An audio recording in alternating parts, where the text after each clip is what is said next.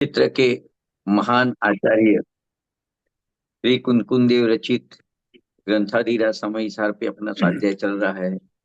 उसमें कर्ता क्रम अधिकार चल रहा है। 104 गाथा तक का स्वाध्याय हो गया है। आज 105, 106, 107 और 108 चार गाथा चलेगी। देखो, अभी 104 गाथा तक की बात देखे तो उसमें एक बात बहुत विस्तार से स्पष्ट की गई कि आत्मा ज्ञानावरण आदि कर्मों का कर्ता नहीं है। जो उद्गल परमाणु कर्म रूप परिणमित होते हैं, ज्ञानावरण आदि 8 कर्म रूप परिणमित होते हैं, वो कार्य तो होता है, वो पुद्गल में होता है, उसका कर्ता आत्मा नहीं है। ये बात अभी तक स्पष्ट करते आए हुए हैं। तो अब इसके बाद में ये प्रश्न उपस्थित होना स्वाभाविक है कि जब आत्मा ये कर्मों का कर्ता है ही नहीं, तो फिर ऐसा क्यों कहा जाता है कि आत्मा कर्मों का कर्ता है। लोग तो ऐसे ही बोलते हैं, इस कर्म ने ऐसे परिणाम किए, ऐसे कर्म बांधे, ऐसे परिणाम किए, ऐसे कर्म बांधे, अशुभ परिणाम किए तो पाप कर्म बांधे, शुभ परिणाम किए पुण्य कर्म बांधे। ऐसा क्यों कहा जाता है? क्योंकि अभी तक तो आपने ये सिद्ध किया बहुत अलग अलग तर्क से, न्याय से, युक्ति से, सिद्धांत से कि एक द्रव्य दूसरे द्रव्य का कर्ता नहीं है। आत्मा अलग द्रव्य है और ये पुद्गल परमाणु अलग द्रव्य है। और पुद्गल के परमाणु का जो कार्य होता है कर्म रूप परिणमित होना, उसकी प्रकृति देखे तो 8 प्रकार की है। ज्ञानावरण, रचनावरण आदि 8 प्रकार की कर्म प्रकृति है, उसका कार्य है। पुद्गल परमाणु का कार्य है, जीव उसका कर्ता नहीं है। ये बात अभी तक सिद्ध की। तो फिर यहाँ एक प्रश्न उपस्थित होता है। तो फिर लोग बाग ऐसा कहते हैं कि इस जीव ने ऐसे कर्म बांधे, ऐसा क्यों कहते हैं? ये लोगों की बात तो जाने दो। जिनवाणी में भी कई स्थानों पर यह मिलता है कि आत्मा ज्ञानावरणादि कर्मों का करता है, कर्म बांधता है, ऐसा आता है। कई स्थानों पर नहीं, मैं तो कहता हूँ 4 अनुयुग में से जो व्यवहार के अंग है, मतलब व्यवहार में लिखे हुए हैं मुख्य रूप से, ऐसे प्रथमानुयोग, चरणानुयोग, कर्णानुयोग में तो जीव के परिणाम और परिणाम से बनने वाले कर्म, और जीव के परिणाम और परिणाम से छूटने वाले कर्म, तो कर्म का कनेक्शन बनना छूटना ये सब जीव के परिणाम के साथ बताया है। मतलब जीव ही उसको बांटता है, जीव उसको छोड़ता है। जैसे सिद्ध भगवान ने 8 कर्मों का नाश किया, अरिहंत भगवान ने 4 घातीय कर्म का नाश किया। अपने निरंतर मतलब 8 कर्म बांटते हैं, एक आयु के सिवा 7 कर्म बांटते हैं। और 8वां कर्म आयु कर्म भी बनता है, क्योंकि बहु खड़ा है आगे का। तो ऐसा कथन वर्तमान युग में, चरणान युग में, करणान युग में तो मुख्य रूप से यही मिलता है। तो फिर वो बात कहाँ रही कि आत्मा ज्ञानावरणादि कर्मों का कर्ता नहीं है? ये आपने अभी तक सिद्ध किया। तो ये हमारा प्रश्न यहाँ पे खड़ा होता है।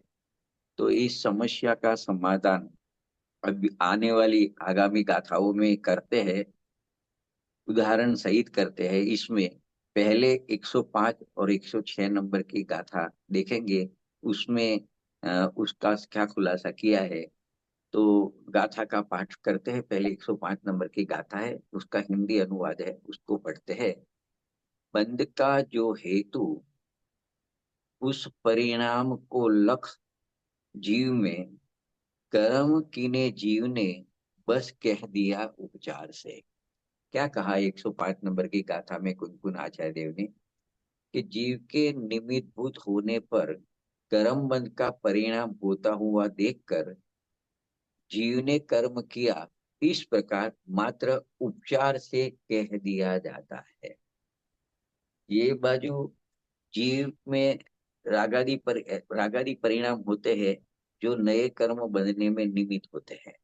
तो जब ये रागादि परिणाम में दो है, रागादि परिणाम होते हुए जीव रागादि का कर्ता बनता है, तो वो रागादि का निमित्त बन के नए कर्म बनते हैं।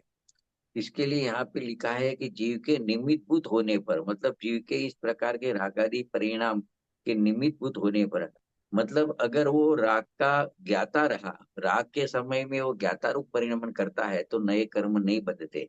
तो वो राग तो है, लेकिन वो निमित्त नहीं बनता जीव का परिणाम। तो यहाँ पे लिखा है, भाषा इस तरह की है, जीव के निमित्तभूत होने पर कर्म बंध का परिणाम होता हुआ देखकर जीव ने कर्म किए, जीव ने कर्म बांधे, इस प्रकार कहा जाता है। लेकिन एक लाइन लिख दी, एक वर्ड लिख दिया, मात्र उपचार से कह दिया जाता है। ये तो 105 नंबर की गाथा में कहा, उसको 106 नंबर की गाथा में दृष्टांत देकर समझाते हैं। गाथा इस प्रकार है, रण में लड़े भट, पर कहे जग, युद्ध राजा ने किया, बस उस तरह द्रव्य कर्म आत्म ने किए व्यवहार से। क्या कहते हैं दृष्टांत देकर 106 नंबर की गाथा में, कि जिस प्रकार जो योद्धा होते हैं, मतलब सैनिक होते हैं, उनके द्वारा युद्ध किया जाता है, लेकिन राजा ने युद्ध किया इस प्रकार लोग कहते हैं। बस तो वहां पे राजा तो ऐसा हो कि युद्ध के मैदान में गया भी नहीं हो, खाली सेनापति सैनिक को भी भेजा हो, लेकिन ऐसा ही कहा जाता है, लोग तो ऐसा ही कहता है कि राजा ने इस देश पे चढ़ाई की या तो राजा ने युद्ध किया। बस उसी प्रकार ज्ञानावरण आदि कर्म जीव ने किया, ऐसा व्यवहार से कहा जाता है। ये 106 नंबर की गाथा में शॉर्ट में आचार्य भगवान ने समझाया। तो देखो ऐसे देखे तो ये गाथा इतनी स्टफ नहीं है, इतनी कठिन नहीं है, समझने में बहुत सरल है और सहज बात है कि एक द्रव्य दूसरे द्रव्य का कर्ता होता ही नहीं कभी। तो फिर आत्मा ने कोई पुद्गल द्रव्य में कुछ काम किया तो वो प्रश्न रहता नहीं है। तो ये गाथा, दोनों गाथा का भाव एकदम स्पष्ट रूप से सरल और सहज है। आचार्य देव ने स्पष्ट शब्दों में कह दिया कि यह तो मात्र उपचरित कथन है। कौन सा कथन? कि जीव ने ज्ञानावरणादि कर्म किए, ऐसा जो कथन जिनवाणी में आता है, लोग बाग जो ऐसे बोलते हैं, ज्ञानी भी ऐसा बोलेंगे कि ऐसे परिणाम से ऐसे कर्म बंधे, जीव ने ऐसे कर्म बांधे, ऐसा ज्ञानी भी कहता है। तो वो तो उपचार से कहते हैं, वो उपचरित कथन है। वस्तु स्वरूप से अगर देखा जावे, वस्तुतः देखा जावे और विचार करे, तो एक द्रव्य दूसरे द्रव्य का कर्ता नहीं होने से आत्मा ज्ञानावर्धी कर्मों का कर्ता हो ही नहीं सकता है। इतनी स्पष्ट बात है और आचार्य भगवान समझाना चाहते हैं। तो देखो, इसी बात को 106 नंबर की गाथा पढ़ी, उसमें दृष्टांत देके समझाया। उसमें राजा का उदाहरण दिया कि देखो, उसको कैसे स्पष्ट किया है उदाहरण से, कि युद्ध के मैदान में लड़ते तो सैनिक ही है, पर जगत में तो यही कहा जाता है कि राजा ने युद्ध किया। बस उसी तरह आगम में भी उपचार से, और उपचार भी कौन सा, कि उपचरित असद्भुत व्यवहार नहीं से यह कह दिया जाता है कि ज्ञानावरण आदि कर्म आत्मा ने किए। ऐसे दूसरी बहुत बातें, यहाँ पे ज्ञानावरण नाम शब्द आया था आगे, लेकिन उसमें खुलासा किया था कि जितने भी पुद्गल के परिणाम है, परद्रव्य के परिणाम है, उसको जीव करता है, ये मात्र व्यवहार से कह दिया जाता है। जैसे शरीर आदि की क्रिया का कर्ता भी आत्मा को उपचार से कहा जाता है, ऐसे और भी कई मतलब कार्य है जो परद्रव्य में होते हैं, तो उसका कर्ता आत्मा को उपचार से कहा जाता है। आचार्य अमृतचंद्र देव ने इससे आगे बढ़कर आत्महत्या की की ख्याति टीका में ऐसा लिखा है कि पौद्गलिक कर्म यानी जो पुद्गल के परमाणु कर्म रूप परिणमित होते हैं कर्माणु रगना के, वो आत्मा ने किए। ऐसा विकल्प, ये अमृतचंद्र आचार्य की लाइन पढ़ रहा हूँ, ऐसा विकल्प अज्ञानी को ही होता है। और अज्ञानी लिखने से पहले उन्होंने दो और विशेषण लिखे कि निर्विकल्प विज्ञान गण स्वभाव से भ्रष्ट हुआ अज्ञानी। एक तो ये दी उसको उसको ये इसके लिए अज्ञानी के लिए लिखा, और दूसरा लिखा विकल्प परायण। विकल्प परायण यानी विकल्प में पारंगत, मतलब तो ऐसा जो अपने निर्विकल्प विज्ञान स्वभाव से तो भ्रष्ट हुआ है, मतलब मैं जानने देखने वाला हूँ, जो भी कुछ क्रिया होती है परद्रव्य में या स्वद्रव्य में, मैं तो उसका जानने वाला हूँ, मात्र ज्ञाता दृष्टा हूँ, साक्षी भाव हूँ, ऐसा नहीं मानकर, उसको भूलकर विकल्प परायण होता हुआ, मतलब वो विकल्प करने में ही सुरा है। तो ऐसा विकल्प परायण जो अज्ञानी है, उनको ही ऐसे विकल्प होते हैं कि उद्गलित कर्म आत्मा ने किए, और वो विकल्प भी उपचार मात्र है, परमार्थ नहीं है। उपचार मात्र है कह के ये कहना है कि ऐसे जीव के, अज्ञानी के विकल्प करने से कोई आत्मा कर्म का कर्ता हो जाता नहीं है। कर्म का कर्ता तो नहीं होता, लेकिन कोई भी परद्रव्य क्या परिणमन होता है, परद्रव्य की क्रिया होती है, उसका कर्ता नहीं होता है। तो ये उपचार है, उपचार मात्र कहा इसके लिए कि ये विकल्प है, उसका उपचार मात्र है। मतलब उसके ऐसे सोचने से, ऐसा कहने से, ऐसी मान्यता से कोई आत्मा परद्रव्य का कार्य कर सकता नहीं है, क्योंकि इसके पीछे एक महान सिद्धांत है कि एक द्रव्य दूसरे द्रव्य का कुछ कर सकता नहीं है, क्योंकि प्रत्येक द्रव्य परिणमनशील है, वो स्वयं परिणमनशील है, और उस द्रव्य में परिणमन करने की अपनी शक्ति खुद की है, और अपनी जिस शक्ति है उस शक्ति के कारण वो अपना परिणमन करता है। उसको दूसरे कोई भी परद्रव्य की रंच मात्र भी आवश्यकता नहीं है। तो ऐसा वस्तु परिणमन का भी नियम है, और द्रव्य द्रव्य की स्वतंत्रता है, उनके परिणमन की स्वतंत्रता है। इसके लिए यहाँ कहते हैं कि वो मात्र विकल्प ही करता है, उसके विकल्प करने से कोई एक द्रव्य दूसरे द्रव्य का कुछ कार्य कर सकता नहीं है। दूसरी बात, यहाँ जो एक उपचार का नाम दिया, उपचरित असद्भुत व्यवहार नहीं, मतलब इस कथन को आगम में भी आया है, जिनवाणी में भी आया है, तो वो कथन को कहेंगे उपचरित असद्भुत व्यवहार नहीं का कथन है जिनवाणी का।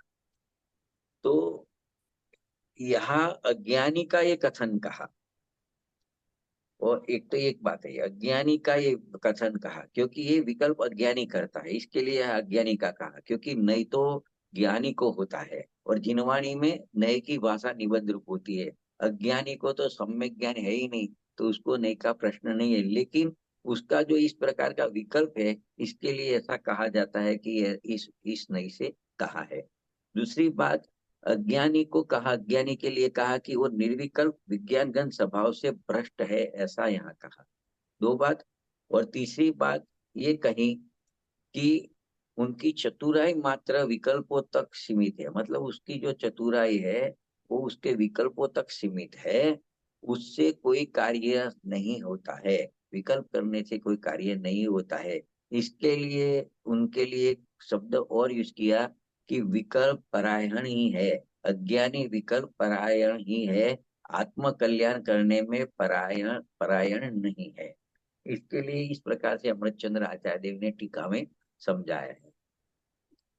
जैसे अज्ञानी के ये विकल्प, मतलब विकल्प पराया है ऐसा कहा, उसको उसका मतलब और भी समझते हैं कि जिस प्रकार लोक में ऐसा कहते हैं कि यह जो व्यक्ति है, अमुक व्यक्ति है, वो तो मात्र बातों का ही शूरवीर है, बड़ा बोला है, उससे कुछ होना जाना होता नहीं है।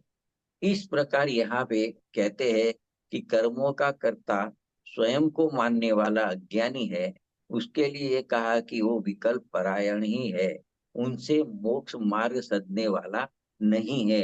वो कैसा भी शुभ राग का विकल्प करेगा, और वो विकल्प को वो ऐसा करेगा कि मैं ऐसा करूंगा तो ऐसा मोक्ष मार्ग प्रकट हो जाएगा, और ऐसा परिणाम करूं तो ऐसा कर्म बंधेगा, तो वो उससे कुछ होने वाला नहीं है, क्योंकि मोक्ष मार्ग तो निश्चय ने के विषयभूत जो अकर्ता स्वभावी भगवान आत्मा है, अपना त्रिकार स्वरूप है, आत्मा का त्रिकार स्वभाव है, उसके आश्रय से ही मोक्ष मार्ग प्रकट होता है।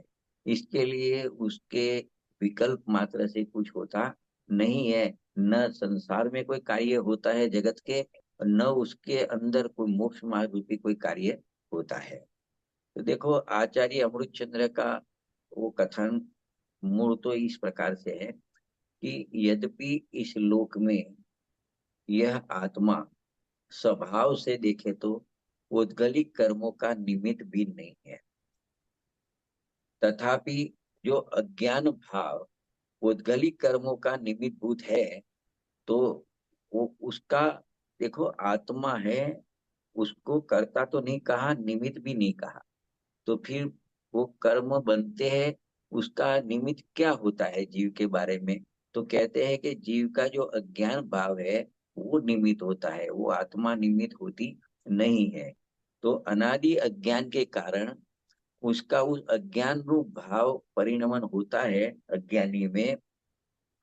तो इससे पुद्गलिक कर्म आत्मा ने किए ऐसा विकल्प उसको होता है, और वो उपचार है। लेकिन और दूसरा, वो निर्विकल्प विज्ञान स्वभाव से भ्रष्ट विकल्प परायण अज्ञानी को ही ऐसा विकल्प होता है, और वह विकल्प मात्र उपचार ही है, परमार्थ नहीं है। मतलब ज्ञानी तो कर्म को मानता नहीं है, अज्ञानी की आत्मा भी कर्म को मानती नहीं है, लेकिन अज्ञानी का अज्ञान रूप परिणमन है, वो अज्ञान रूप परिणमन निमित्त होता है नए कर्म बनने में, वो भी निमित्त मात्र होता है, वो करता तो होता नहीं है। तो इस प्रकार से यहाँ पे स्पष्ट किया अमृतचंद्र आचार्य ने। दृष्टांत में उन्होंने इस प्रकार से बताया कि जिस प्रकार युद्ध परिणाम में स्वयं परिणमित होते हुए योद्धाओं के द्वारा युद्ध किए जाने पर, देखो क्या कहते हैं कि जब युद्ध होता है तो युद्ध के परिणाम रूप योद्धा जो लड़ने जाता है सैनिक, वो युद्ध करना है या किस प्रकार करना है वह युद्ध करता है, उसके परिणाम तो उस सैनिक को होता है। तो देखो अभी क्या कहते हैं, एक बाजू सैनिक की बात की और एक बाजू राजा राजा की बात करते हैं कि युद्ध परिणाम में जो स्वयं परिणमित नहीं होने वाला राजा, उसमें राजा ने युद्ध किया ऐसा उपचार किया जाता है, वह मात्र उपचार है, परमार्थ नहीं है। देखो क्या कहना है, कुछ कंफ्यूजन की बात नहीं है, बहुत क्लियर है कि ज्ञानावरणादि कर्म परिणाम रूप कौन परिणमता है, तो कहते हैं उद्गल द्रव्य स्वयं कर्म रूप परिणमित होते हैं। अभी वो पुद्गल के द्वारा, पुद्गल द्रव्य के द्वारा ज्ञानावरणादि रूप कर्म किए गए, मतलब वो परिणमन हुआ, उसके द्वारा हुआ, बराबर। तो आत्मा में क्या हुआ, तो आत्मा तो ज्ञानावरणादि कर्म रूप परिणमित नहीं हुआ है, फिर भी आत्मा में ऐसा उपचार आता है कि आत्मा ने ज्ञानावरणादि कर्म को किया, ऐसा उपचार आता है, वह मात्र उपचार है, परमार्थ नहीं है। देखो और उसको सरल करते हैं कि यहाँ ये कहा जा रहा है कि आत्मा को कर्मों का कर्ता कहना उस प्रकार का व्यवहार है, वो अत्यंत स्थूल उपचरित व्यवहार है, ऐसा कहना है, एकदम स्थूल व्यवहार है। कैसा व्यवहार स्थूल, कि जिस प्रकार सैनिकों के द्वारा किए गए युद्ध को राजा द्वारा किया गया है ऐसा कहना, लेकिन इसमें राजा तो युद्ध के मैदान में गया ही नहीं हो, वो तो आराम से राजमहल में बैठा हो, और सैनिक ही स्वयं पूरा युद्ध लड़ते हैं, उसमें रचे पचे रहते हैं, फिर भी युद्ध करने वाले के रूप में सैनिक का नाम तो लिया नहीं, और ये कहा कि राजा ने युद्ध किया। तो जिस प्रकार वहां ऐसा कहा जाता है वो तो उपचार से कहा जाता है, तो वो कथन मात्र है। इसी प्रकार यहाँ पे बात करें कर्म और आत्मा के बीच में, तो जो कारमान वर्गना कर्म रूप परिणामित होती है, हुई है, उसका तो उद्गल द्रव्य का तो नाम भी नहीं लिया, और आत्मा के लिए कह दिया कि आत्मा कर्म के परिणमन का करता है, ऐसा कहना उपचार है। लेकिन अमृतचंद्र आचार्य तो कहते हैं कि आत्मा कर्म रूप परिणमन होने में, पुद्गल का परिणमन कर्म रूप होने में निमित्त भी नहीं है, फिर भी आत्मा ने कर्म किए बांधे ऐसा कहना वो कथन मात्र है, वो उपचार मात्र है। तो देखो ये अमृतचंद्र आचार्य देव ने कुनकुन आचार्य को स्पष्ट किया आत्मख्याति टीका में, और आचार्य जयसेन देव ने तात्पर्य वृत्ति टीका है, उसमें इसका निष्कर्ष प्रस्तुत किया है। उन्होंने कहा कि इस बात से यह सिद्ध होता है कि शुद्ध निश्चय नहीं से, अभी जो बात चल रही थी ना निश्चय नहीं की, तो शुद्ध निश्चय नहीं से शुद्ध बुद्ध एक स्वभावी होने से जीव न तो किसी को अन्य द्रव्य को उत्पन्न करता है, 5 पद आएंगे क्रिया के, न तो उत्पन्न करता है अन्य द्रव्य को, न तो बनाता है, न तो बांटता है, न परिणमाता है, और न ग्रहण करता है। तो ऐसे 5 प्रकार का कार्य जो कर्म में होता है, उसमें से कोई कार्य करता नहीं है आत्मा। ये जैसे आचार्य देव ने किया। इस गाथाओं का मर्म कांजी स्वामी ने इस प्रकार बताया है कि जो राग परिणाम होते हैं वो नए कर्म बंध में निमित्त होते हैं। जीव में जो राग परिणाम होते हैं वो पुद्गल के कर्म बंधन में निमित्त होते हैं। वे राग परिणाम ज्ञानी को नहीं है। मतलब ज्ञानी को राग नहीं है ऐसा नहीं कहना है, लेकिन जिस राग से नए कर्म बंधे ऐसा राग ज्ञानी को नहीं है। क्यों नहीं है ज्ञानी को? कि ज्ञानी को तो राग आता है, भूमिका प्रमाण राग आता है। साधु है तो साधु की भूमिका के राग आएगा, आहार विहार का वगैरह, धर्म उपदेश का। जिस गुण स्थान में, चौथे पांचवे में, छठे में, उस हिसाब से तो उसको राग आता है। फिर राग परिणाम ज्ञानी का नहीं है ऐसा क्यों कहा? तो देखो यहाँ कहते हैं कि ज्ञानी राग से भिन्न हो गया है। दृष्टि में राग को अपना कर्म नहीं मानता है। जो ज्ञान होता रहता है वो अपना कर्म मानता है। तो इसके लिए कहा जाता है कि ज्ञानी राग से भिन्न हो गया है। फिर भी जो पर्याय में चारित्र के विकार से, अस्थिरता से जो राग परिणाम आते हैं, तो ज्ञानी उन्हें, उस राग परिणाम को मात्र जानता ही है, उसका कर्ता नहीं बनता। वो राग परिणाम का कर्ता नहीं बनता। इस कारण ज्ञानी नवीन कर्म मत का निमित्त भी नहीं बनता, या ज्ञानी का राग नवीन कर्म का निमित्त भी नहीं बनता। ये बहुत गंभीर बात है, पूरे समय सार का हार्ट है इस पॉइंट पे। तो बहुत गंभीर बात है। देखो गाथा में देखे दो बात आई। दो बात में क्या हुआ? गाथा में तो ऐसा कहा कि जीव नवीन कर्म बंध में निमित्त भूत होता है। लेकिन टीका में अमृतचंद्र आचार्य देव ने कहा कि इस श्लोक में देखे, स्वभाव से देखे, तो आत्मा को स्वभाव से देखे, तो पुद्गल कर्म का जो कार्य होता है कर्म बंधन का, उसका निमित्त भूत भी नहीं है।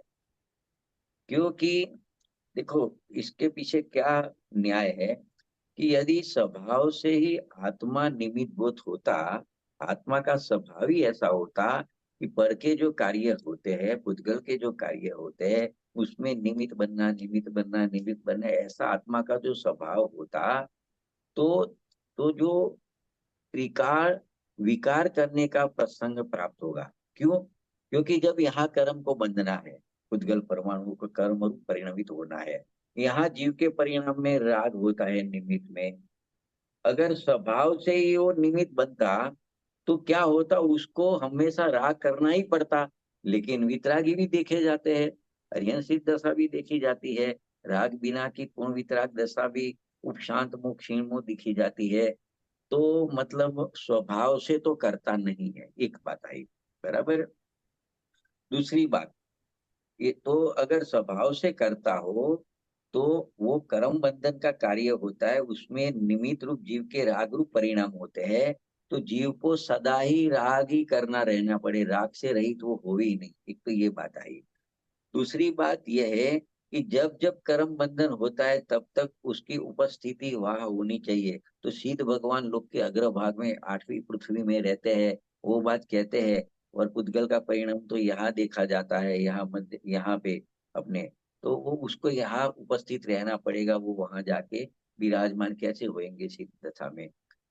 तो इस प्रकार दो बात हुई। तीसरी बात कि नित्य कर्तृत्व का प्रसंग बनेगा। अगर यहाँ कर्म को बंधना है, पुद्गल परमाणु को ज्ञानावरण आदि कर्म रूप बंधना है, तो उसका जो स्वभाव से आत्मा करता हुए, तो कर्म तो बनते ही रहते हैं।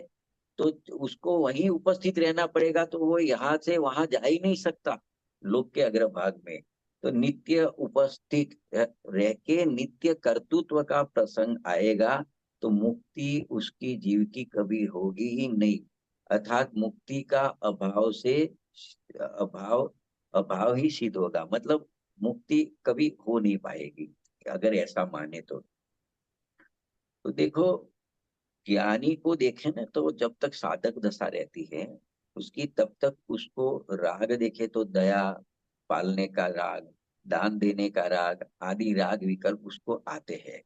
लेकिन ज्ञानी उस राग को बंध का कारण जानते हैं, इसीलिए ज्ञानी उन्हें उसी राग को धर्म या धर्म का कारण नहीं मानता। राग कितना भी मतलब प्रशस्त राग होवे, कितना भी ऊंचा शुभ राग होवे, लेकिन उसको वो बंध का कारण ही मानता है, उसको धर्म या धर्म का कारण नहीं मानता। तो देखो, यहाँ तो उससे ऊपर की बात कही, ये बात तो यहाँ ली नहीं है, उसकी चर्चा तो आगे आ गई थी। यहाँ तो कहते हैं कि ज्ञानी को नवीन बंध होता ही नहीं है, क्योंकि ज्ञानी की भी दृष्टि देखो, स्वभाव से तो बंध नहीं होता, लेकिन जो स्वभाव का आश्रय करके स्वभाव रूप परिणमन पर्याय में हुआ है, मतलब स्वभाव की जिसको दृष्टि हुई है, वो ज्ञानी की दृष्टि भी अपने स्वभाव पर ही रहती है, तथा उससे उसको स्वभाव का ही परिणाम होता है, परिणति उत्पन्न होती है। तो जो राग साथ साथ में होता है अस्थिरता के दोष के रूप में, वह ज्ञानी का कर्म नहीं बनता। इस कारण से ज्ञानी नवीन कर्म बंध में निमित्त नहीं होते हैं। ऐसी कोई गंभीर व्याख्या की है कि देखो, ज्ञानी को राग नहीं होता साधक दशा में, ऐसा नहीं कहा, लेकिन ज्ञानी की दृष्टि स्वभाव पे है, पहले सिद्ध किया स्वभाव से करता नहीं है। फिर ज्ञानी की बात करते हैं कि ज्ञानी की दृष्टि उस स्वभाव पे है, तो उसका जो परिणमन है पर्याय में, वो स्वभाव रूप परिणमन है। तो जो स्वभाव से विरुद्ध विकार राग का परिणमन होता है, उसकी पर्याय में भी दया दान व्रत तप जप का जो भाव आता है, उसको अपना कर्म नहीं मानता। तो वो राग को जब अपना कर्म नहीं बनाता, तो राग से कर्म बंधा वो बात ज्ञानी की दृष्टि की अपेक्षा से रही नहीं। तो स्वभाव से भी कर्म बांधता नहीं है, और ज्ञानी की दृष्टि से तो दृष्टि जिसकी ऐसी स्वभाव पे होती है, उसको भी कर्म का कर्ता कहा जाता नहीं है। देखो, नवीन कर्म बंद होता है, वह दशा तो जड़ कर्म से होती है, उसका उपादान होता है, वो कारमान वर्णा के परमाणु का कर्म रूप परिणमना उसका खुद का उपादान है। तथा उसी समय आत्मा के जो विकारी भाव है, रागादि भाव है, वो उस नवीन कर्म बंधन में निमित्त है। परंतु देखो, परंतु यहाँ क्या कहना है ज्ञानी के लिए कि चैतन्य रत्नाकर ऐसा ज्ञाता दृष्टा आनंद से भरा हुआ जो आत्मा है, वो विकार से शून्य है। मतलब राग पर्याय में आता है, द्रव्य में कभी राग उत्पन्न होता नहीं है, द्रव्य तो सदाए निष्क्रिय रहता है। लेकिन जो परिणमन होता है, वो परिणमन में राग होता है, यहाँ कहते हैं। तो यहाँ ये कहना है कि वो जो कर्म बंधन नवीन होता है, उसमें उसमें आत्मा निमित्त नहीं होता है, उसमें दया दान आदि विकार के विकल्प भी अपने स्वभाव में नहीं होते हैं, आत्मा के स्वभाव में नहीं होते। तो वो नवीन कर्म मन में निमित्त बुद्ध कैसे होएगा, स्वभाव कैसे निमित्त होएगा, स्वभाव में राग तो होना चाहिए ना, ऐसा कहते हैं। लेकिन आत्मा तो स्वभाव से, यहाँ निष्कर्ष ये निकला कि आत्मा स्वभाव से नवीन कर्म बंधन में निमित्त है ही नहीं। देखो, ये घुटने की बात है। इसमें क्या कहते हैं कि जो अपना आत्म स्वभाव है, उसमें शरीर नहीं है, मन नहीं है, वाणी नहीं है, कर्म नहीं है, नो कर्म नहीं है, वो तो है ही नहीं। लेकिन कहते हैं कि शुभ राग का जो विकार होता है, वो भी स्वभाव में नहीं है। इससे आत्मा स्वभाव से देखे तो वो कर्म बंधन जो होता है उसमें निमित्त नहीं है। तथा एक तो आत्मा स्वभाव से निमित्त है, तथा जिसको ऐसे चैतन्य आत्मा की स्वभाव की दृष्टि हुई है, उसका ससंवेदन पूर्वक स्वानुभव हुआ है, उस सम्यक दृष्टि को भी ऐसा राग ही नहीं होता है जो नवीन कर्म बंधन में निमित्त पड़े। उसको थोड़ा जो अल्प राग होता है, उसे यहाँ दृष्टि के जोर में गौण करके यह कह दिया जाता है कि ज्ञानी को राग होता ही नहीं है, और अज्ञानी को तो अपने स्वभाव का भान ही नहीं है। इस कारण उसको राग होता है तो वो राग का कर्ता बनता है, तो वो नवीन कर्म बंधन का निमित्त कहने में आता है। शॉर्ट में एक लाइन में कहना हो ये सब बात को, तो इस तरह से कह सकते हैं कि जब पुद्गल परमाणु में नवीन कर्म बंध होता है, उसको आत्मा नहीं करता, स्वभाव से आत्मा नहीं करता। कर्म बंध तो पुद्गल की पर्याय है, एक बात है, और उसको आत्मा स्वभाव से नहीं करता है। दूसरी बात क्या है कि तो फिर निमित्त तो होता है कि नहीं आत्मा का, तो क्या कहते हैं, अज्ञानी का जो अज्ञान रूप परिणाम है उसको नए कर्म बंधन में निमित्त कहा जाता है। लेकिन आत्म द्रव्य को तो उसको निमित्त भी नहीं कहा जाता है। और जिसको ऐसे आत्म द्रव्य की आत्म स्वभाव की दृष्टि हुई है, ऐसे ज्ञानी को भी उसका निमित्त कहा नहीं जाता है। ये इतनी तीन बातें इसमें आती है। पहले उद्गल परमाणुओं का कर्म परिणमन होता है, एक तो बात ये ली। उसको आत्मा नहीं करता, दो बात आई। तो फिर कौन करता है, निमित्त तरीके भी कौन करता, निमित्त तरीके तो क्या, अज्ञानी का अज्ञान भाव अज्ञान परिणाम उसमें निमित्त होता है। तो कौन निमित्त नहीं होता, कि आत्म स्वभाव भी निमित्त नहीं होता, और जिसको आत्म स्वभाव की दृष्टि होती है वो ज्ञानी भी उसमें निमित्त नहीं होता है। इतनी बात की चर्चा आपने सब मिला के अभी तक की है। तो ये गाथाओं में, दो गाथा में ये कहा कि कर्मों का कर्ता न तो ज्ञानी आत्मा है न तो अज्ञानी आत्मा है, फिर भी आत्मा को कर्म का कर्ता कहना वो अत्यंत स्थूल उपचरित कथन है, ऐसा 105 और 106 नंबर की गाथा में कहा। तो इस प्रकार से ये दो गाथा यहाँ पूरी होती है। फिर आएगी 107 और 108 नंबर की गाथा आएगी, कि देखो यहाँ तक जो गाथाएं चली उसमें एकदम बात स्पष्ट हो गई, जैसे हाथ में आंवला रखा हो इस प्रकार से स्पष्ट हो गया कि आत्मा पर भावों का न तो उपादान करता है और न निमित्त करता है। फिर भी लोक में आत्मा को पर भावों का कर्ता भोक्ता कहा जाता है। खाली लोक में नहीं, आगम में भी इस प्रकार के अनेक कथन उपलब्ध होते हैं। इस कारण से आत्मार्थी बंधु को कहीं आत्मार्थी बंधुओं को असमझ खड़ी होती है। तो ऐसे लोगों की, ऐसे भाइयों की असमझ को दूर करने के लिए आचार्य देव अभी आने वाली जो दो गाथा है, वो दो गाथा वो कह रही है 107 नंबर और 108 नंबर। उसमें कहते हैं कि जो ऐसे कथन आते हैं वो सब कथन व्यवहार नहीं के होते हैं, और व्यवहार भी प्रजा के दोषों का उत्तरदायी राजा को बताया जाता है। अगर प्रजा खोटी है तो कहेंगे कि राजा ही खोटा है, ऐसा कहा जाता है। तो उसके समान ही ये बात है, तो उसको गाथा के माध्यम से समझाते हैं। तो 107 नंबर की गाथा में ये कहते हैं, ग्रहे, बांधे, परिणमावे, करे या पैदा करे, पांच क्रिया ली, पांच क्रियापद है। उद्गल द्रव्य को आत्मा, यह व्यवहार का कथन है। एक बात 107 नंबर की गाथा में कहा, मतलब क्या कहते हैं 107 नंबर की गाथा में अमृतचंद्र कुंकुनाचार्य देव, कि आत्मा पुद्गल द्रव्य को उत्पन्न करता है, बांधता है, परिणमन कराता है और ग्रहण करता है।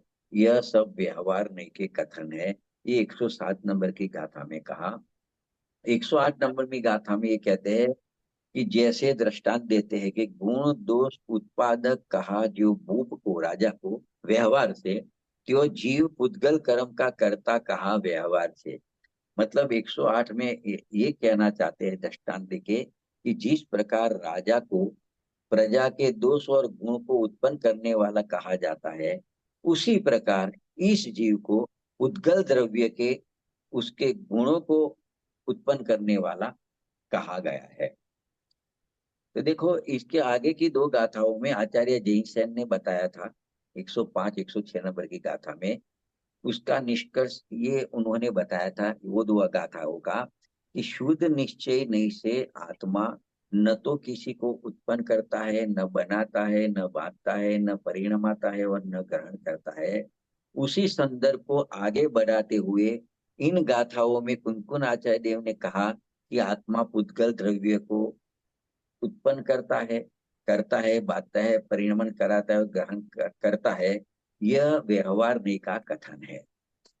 तो ये यहाँ पे कहना है। तो देखो, मतलब अगर शुद्ध निश्चय नहीं से कहेंगे तो आत्मा पुद्गल द्रव्य के ऐसे कोई कार्य का करता नहीं है। फिर भी अगर व्यवहार नहीं से कहेंगे तो आत्मा इस कार्य का करता है, ये उपचार है मतलब। तो ये कहा, तो यहाँ इस प्रकार दोनों नयों का कथन करके अंत में व्यवहार की औपचारिकता स्पष्ट करते हैं। देखो, आचार्य अमृतचंद्र आदि ने आत्मख्याति टीका में इसको इस प्रकार से स्पष्ट किया है। उन्होंने कहा कि वस्तुतः देखे तो यह आत्मा व्याप्य व्यापक भाव के अभाव के कारण प्राप्य विकार्य और निवर्त्य ऐसे पुद्गल द्रव्यात्मक कर्म को ग्रहण नहीं करता, परिणमित नहीं करता, उत्पन्न नहीं करता और न उसे करता है न बांधता है। फिर भी, अर्थात ऐसा कह सकते हैं कि व्याप्य व्यापक भाव का अभाव होने पर भी प्राप्त विकार्य और निर्वत्य रूप उद्गत दैवात्मक कर्म को आत्मा ग्रहण करता है, परिणमित करता है, उत्पन्न करता है और बांटता है। इस प्रकार का जो विकल्प है वह वस्तु उपचारी है। देखो, ये शब्द सब आगे आ गए हैं। 76 नंबर के गाथा, उसके भावार्थ में भी स्पष्ट किया था। उसको थोड़े आगे पढ़ रहे हैं। दृष्टांत, ये सिद्धांत की बात की दृष्टांत से समझाया, दृष्टांत को भी पढ़ लेते हैं फिर थोड़ा खुलते हैं। इतना गहरा अगरा नहीं है पर कठिन नहीं है। देखो, जिस प्रकार प्रजा के गुण दोष और प्रजा में, मतलब प्रजा के गुण दोषों में और प्रजा में व्याप्य व्यापक भाव होता है। मतलब व्याप्य व्यापक भाव किसे कहते हैं कि जो द्रव्य की चर्चा करते हैं उसको व्यापक कहते हैं, और उसका जो परिणमन होता है, पर्याय होती है, उसको व्याप्य कहते हैं। तो प्रजा के गुण दोष वो उसका पर्याय है, परिणमन है, और प्रजा उसको द्रव्य तरीके लिया है। तो ये दोनों में व्याप्य व्यापक भाव होता है। तो प्रजा को उसके गुण दोष का उत्पादक है। असली में तो प्रजा ही अपने गुण दोष की उत्पादक है, वो तो नॉर्मल बात है। लेकिन ये थोड़े शास्त्रीय शब्द आ जाते हैं बीच में, इसके लिए यह स्वभाव से सिद्ध होने पर भी प्रजा के जो गुण दोष होते हैं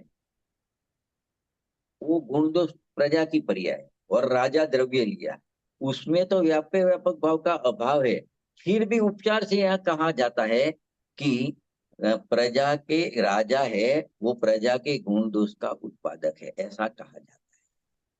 क्या कहते हैं कि जो प्रजा के गुण होते हैं या प्रजा के दोष होते हैं, उसके साथ में उसका व्यापक वो प्रजा खुद है, उसकी आत्मा खुद है। तो वहां तो व्याप्य व्यापक भाव होता है। तो उसने गुण दोष खुद अपने ही उत्पन्न किए हैं, ऐसा है वास्तविकता में। फिर भी देखो, प्रजा के जो जो गुण होते हैं या दोष होते हैं, उसका व्याप्य व्यापक संबंध राजा के साथ नहीं है। फिर भी प्रजा के गुण दोष का उत्पादक राजा को कहा जाता है, वो उपचार है। ये दृष्टांत है। उसी प्रकार पुद्गल द्रव्य के जो गुण दोष है, मतलब पुद्गल परमाणु छूटा होता है, उसका गुण होता है, और दो दो के दो या दो से ज्यादा परमाणु बंधते हैं, वो उसका दोष है।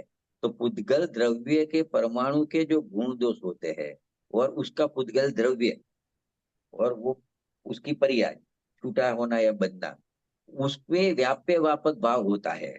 तो जो कर्म का बंधना या छूटना होता है, परमाणु का बंधना, परमाणु को छूटना, उसका उत्पादक खुद पुद्गल द्रव्य है, ये तो तय है। फिर भी पुद्गल का जो गुण दोष होता है उसके साथ आत्मा का व्याप्य व्यापक भाव नहीं है। फिर भी आत्मा को उसका गुण दोष का कारण कहना, उत्पादक का कारण कहना, ये उपचार है, उपचार से कहा जाता है। तो ये बताना है, यहाँ पे सिद्ध करना है। और जो प्राप्त विकार्य की बात आई थी, निवृत्ति की, उसका अर्थ तो मैंने कहा 76वीं गाथा में अपने उसको विस्तार से समझे थे। व्याप्य व्यापक का स्वरूप भी वहां पे अपने क्लियर किया था। ठीक। तो यहाँ पे कहते हैं कि पुद्गल द्रव्य का जो परिणमन होता है कर्म रूप, तो व्याप्य व्यापक संबंध वो दोनों के बीच में है। पुद्गल द्रव्य के परिणाम का व्याप्य व्यापक संबंध आत्मा के साथ में नहीं है। फिर भी पुद्गल द्रव्य का जो परिणमन हुआ उसका कर्ता आत्मा है, ऐसा कहना वो उपचार है। ये यहाँ पे ये 2 नंबर, ये 2 गाथाओं में बताते, 107 और 108 नंबर की गाथा में। तो यहाँ कहते हैं कि देखो कि पुद्गल कर्म को उत्पन्न करता है, बांधता है, परिणमता है और ग्रहण करता है, ये 5 क्रियापद है। देखो, पुद्गल कर्म उत्पन्न करता है, बांधता है, परिणमता है, ग्रहण करता है, ये 5 क्रियापद है। 5 बातें कही, जिनमें से 3 तो आचार्य देव ने प्राप्त विकारी और निवर्त्व के रूप में प्रस्तुत कर दिया था पहले भी, और शेष करना और बांधना उसको अलग रखा था उस समय में, बराबर। तो इसमें क्या है कि इसको कैसे समझेंगे ये सब क्रियापदों को, कि आचार्य जैन साहेब देव ने इस बात को स्पष्ट किया है। देखो, 5 क्रियापद है, इसमें से 4 को तो प्रदेश बंद, प्रकृति बंद, स्थिति बंद, अनुभाग बंधों से जोड़ दिया, और उत्पन्न करता है वो जो क्रियापद है उसको अलग रखा, और खाली आत्मा पुद्गल कर्म को उत्पन्न करता है उतना कहा। उसमें आत्मा पुद्गल द्रव्य का प्रदेश बंद करता है, प्रकृति बंद करता है, स्थिति बंद करता है, अनुभाग बंद करता है, वो चारों को उसमें समा दिया। तो ये गाथा की ये टेक्निक है, स्पेशलिटी है, कि खाली आत्मा पुद्गल कर्म को करता है, ये उपचार का कथन है। तो खाली करता है उतना लिया, एक ही क्रियापद लिया, उसमें बाकी के 4 समय करता है यानी क्या, करता है यानी क्या, उसके पुद्गल परमाणुओं को बांधता है, उसकी प्रकृति रूप परिणमन करता है, कि 8 कर्म है तो सबकी प्रकृति अलग अलग है। उसके अनुभाग को बनाता है, तो वो भी एक बंध का प्रकार है, अनुभाग फलदान शक्ति उसमें क्रिएट करता है। और उसकी स्थिति का भी बंद कराता है, कि कितने समय तक ये कर्म बंधा हुआ रहेगा और छूटा होएगा, तो वो स्थिति बंद भी करता है। तो ये 4 प्रकार से सब कथन आते हैं कि आत्मा ने इतने कर्म बांधे, वो प्रदेश बंद है। इस प्रकार का कर्म बांधा, ज्ञानावरणी बांधा, दर्शनावरणी बांधा, वो प्रकृति बंद किया आत्मा ने, ऐसा उपचार है। आत्मा ने उस परमाणु में इतना इतना अनुभाग कराया कि ये कर्म इतना फल देगा आत्मा को, ऐसा अनुभाग उसमें उत्पन्न कराया है। और वो इतनी स्थिति बंद कि इतने समय तक वो उसको फल देगा, तो ऐसे स्थिति बंद आत्मा करता है। ये सब कथन उपचार के है, व्यवहार से है, ये यहाँ पे कहना है। तो तो खाली आत्मा कर्म को करता है, ऐसा जो कथन आता है वो उपचार कथन है।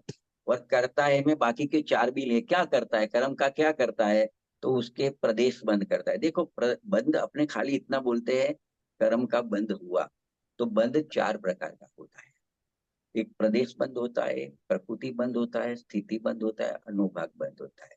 तो देखो, प्रदेश बंद एक साथ में ही होता है, चारों कर्म बंद है इतना ही बोलते हैं, लेकिन प्रदेश बंद होता है वो क्या होता है उस समय, कि कितने क्वांटिटी में परमाणु आए, उसकी संख्या है वो आती है चौक्कस, उसको कहते हैं प्रदेश बंद हुआ। फिर यहाँ परमाणु तो आ गए, जैसे अपने मुख के द्वारा कुछ आहार ग्रहण किया, तो उसके जो परमाणु है अंदर जाके कोई लोही रूप, मांस रूप, मज्जा रूप, हड्डी रूप परिणमित हो जाते हैं। तो ऐसे कर्म परमाणु तो खाली कार्बन वर्णा रूपी है, आए तो कितने आए, उसकी जो संख्या, उसको प्रदेश बंद कहा। आने के बाद उसका विभाजन हो गया, कि समझो 100 परमाणु है, तो 25 परमाणु तो ज्ञानावर्णादि रूप हो गए, 25 परमाणु दर्शनावर्णादि रूप हो गए, ये मोहनी रूप हुए, ये अंतरायी रूप हुए। तो ऐसा जो डिवीजन होता है उसकी प्रकृति बंद हुआ, कि उस परमाणु की कुछ प्रकृति बनी, कि मतलब जब ज्ञानावर्णादि कर्म रूप प्रकृति बनी, तो जीव के ज्ञान गुण के साथ में ही निमित्त नैमित्तिक संबंध बनेगा। मोहनी कर्म की प्रकृति बनी, तो वो जीव के श्रद्धा और चारित्र गुण के साथ में संबंध है, ऐसी कर्म की प्रकृति बंद होता है। तो एक प्रदेश बंद आया, उसमें क्वांटिटी परमाणु की, प्रकृति बंद यानी उसका क्वालिटी, क्या बोलते हैं, क्वांटिटी और क्वालिटी 2 आया, मतलब वो क्या उसकी प्रकृति बना, स्वभाव बना, जैसे 8 नाम बोलते हैं। अनुभाग बंद बोलते हैं, अनुभाग बंद क्या होता है, कि ये परमाणु कितना उसको फल देगा। जैसे एक छोटी फुंसी होती है, तो वो ज्यादा दर्द करती है, तो उसका अनुभाग ज्यादा है, साइज में छोटी है, प्रदेश बंद थोड़ा है, लेकिन अनुभाग ज्यादा है तो ज्यादा दुखता है। और किसी के प्रदेश बंद बड़ा है, बड़ा पूरा हुआ, बहुत बड़ा, तो प्रदेश बंद ज्यादा है लेकिन जरा भी दुखता नहीं है, तो उसका अनुभाग बहुत कम है। तो ऐसी अनुभाग शक्ति भी उसमें होती है। और एक स्थिति बंद होता है। स्थिति बंद में क्या होता है कि एक परमाणु अभी तो बंद है, तो स्थिति बंद में दो भाग पड़ते हैं, एक अबाधा काल और उदय काल। समझो, उदाहरण के रूप में समझना, सिद्धांत में जो संख्या वो अलग है। कि समझो कि 100 वर्ष के लिए कर्म का बंधन हुआ, तो समझो 1 वर्ष तक उसका अबाधा काल चलेगा, मतलब आज बंधा है तो 1 साल तक उसकी बाधा नहीं पहुंचेगी, उसका फल नहीं मिलेगा, तो अबाधा काल हुआ। और 1 साल पूरा हुआ, फिर 1 साल और एक समय से 100 साल पूरे होंगे, बाकी के 99 साल, तब तक वो उसके थोड़े थोड़े परमाणु उदय में आके खिरेंगे। उसको कहते हैं उसको उदय काल बोलते हैं कर्म का। तो अबाधा काल वत्ता उदय काल दोनों मिलावे तो उसको कहते हैं स्थितिपन।